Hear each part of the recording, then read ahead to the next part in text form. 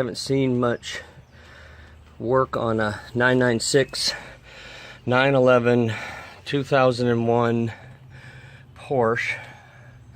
Figured I'd show this. The air cleaner I got to take out, and to get to the alternator, which is right there. I take this 13 millimeter out, and then I'll take this off of the box. I've already loosened it. I need to take this sensor connector off, and it looks like I'm going to try and leave that bolt in, but and then I also had to move this clip, and then that clip pops up and it allows me to move this out of the way. It looks like it has a flex tube on there so it won't break, and then there's some bolts down in here I got to get to, so I'll work on this and I'll start up here in a second. This clip pops out.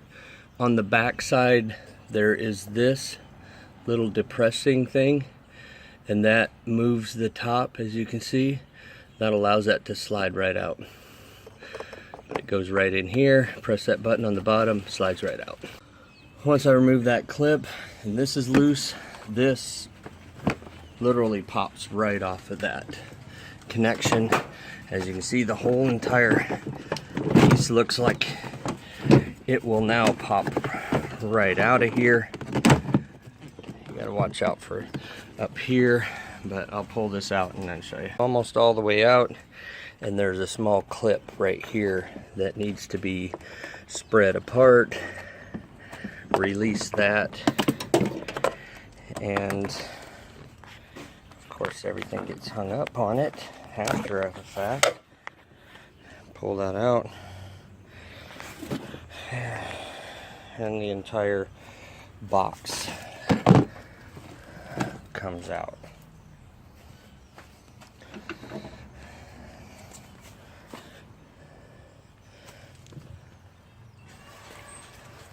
Now you can see I got a lot more of a clear shot at this.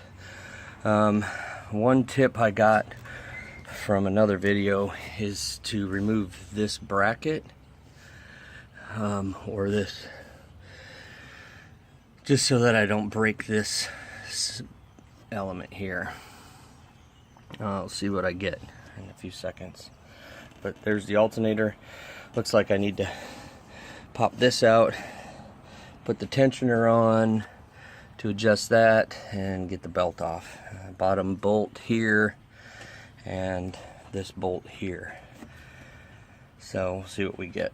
Okay, that's the tensioner, and this is a 1-inch socket, and basically put that onto there, and if you move it, it takes a little bit of effort, but you can see it loosens up that entire belt pulley system. It'll allow you to pull that belt off, and once you have the belt off, then you're good. But remember the routing of the belt, because that's obviously important. It goes all the way down there and then up around the alternator up top here. Okay, as you can see, I slid this belt off the alternator. I left everything else pretty much on. It kind of comes off the bottom of this one and maybe off of the top of this other, and then that will allow me to move everything out of the way. Now I have no belt. I got that pulley free and this bottom bolt here that I need to pull off, and so hopefully by loosening those two I should be able to get this alternator up out of here. And I'll show you another trick that I got from another video based on removing this top bolt. And as you see, the bolt goes all the way to the back of the alternator, and in the back of that alternator is a bushing that's inside of the alternator bracket that's built into the alternator. And once I loosen this, I'll show you the trick. Okay, so this is a 15mm socket, and it fits on the upper and the lower bolts for the alternator. Now that I got this loose, hopefully you can see this is literally finger tight. I can pop this bolt, hopefully get it all the way out. You can see there's some blue Loctite on there, so you probably want to have some of that to put back in it when you're done. And I got that out. You can see the alternator actually dropped a little and is loose because I also loosened this top bolt and it's finger loose. And if you can see where that goes all the way to the back there, there is the brown bushing. You can see it as it contrasts to the silver bracket of the alternator. Okay, so this is where the trick comes in. It's kind of hard to film this and keep this oil tube up out of the way, but I think I can do it. And this is where the trick comes in. This here needs to stay screwed into that bushing in the back, but you need enough to where you can see that that bushing is actually, the screw's still screwed in there, but you still have connection to that bushing. So I'm going to pull it all the way out. You can see it's out, and then I'm going to screw it back in just a little ways, like in this other video said, just so I have contact and connection in that bushing. Then I'm going to take a hammer, and it says to pound this, tap that, and what that does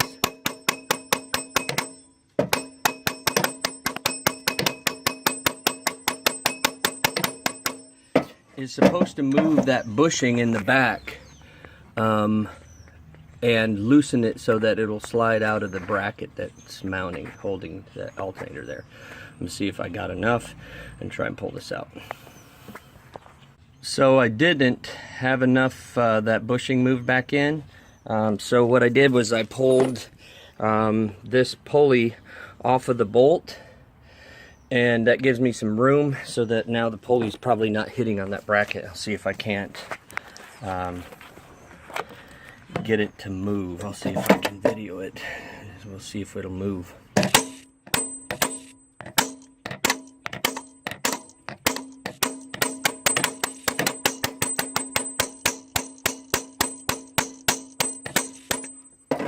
I don't know if it moved or not, but I'm gonna see if I can get this out now. Okay, so I can't get it to budge, so now I'm going to move this bracket here so I have a little more room, and it turns out this is a 5/16, and hopefully once I get that out of the way I'll have a little more room to move this alternator. It moves, but I can't get it come out, so I'll start back up in a few when I get that off. Okay, the problem I have is that bushing in the back, and I'm going to see if I can zoom in to it and get it to focus. You can see it's really rusted, and that bushing has to move back just far enough to clear this mounting bracket. Probably 7mm, maybe less, just to get back past that lip. I sprayed some WD-40 on it. I'm letting it set a little. I'm going to put the bolt back in it, and after I went in and watched another video, basically they said keep at it, put WD-40 on it, let it set, keep going. So this might be the hardest part of the whole entire alternator removal, and you have to do that in order to get this piece at the bottom. And I'll see if I can show you, but it has to come up over that bottom element there, and the only way to do that is if that's disconnected. Otherwise you would have to remove this entire plate right there, and you don't want to have to pull that plate, and as you can see it's got to come up high enough to get over that. So the only way to do that is to get that bushing back there loose. So see what I get. I'll come back in a few. About 5 minutes pounding, I was able to get it to where it's loose enough, and it now is fairly loose, and as you can see, it's pretty much in there to where it pops right up out. So I got that out. Now I think I can get the whole alternator out of here.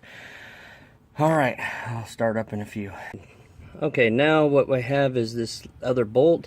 It's a 13 millimeter, and you can see there's another piece that's inside of here. This it has a little depression on the backside. It basically wiggles out, and then this here's 13 millimeter, and I've already loosened it. So just pop it loose. Try not to arc anything because I don't have my battery disconnected.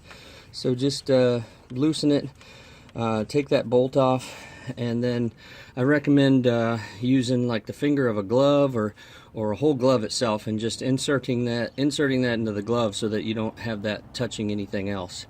Then disconnect that back piece and take it to AutoZone, get it tested.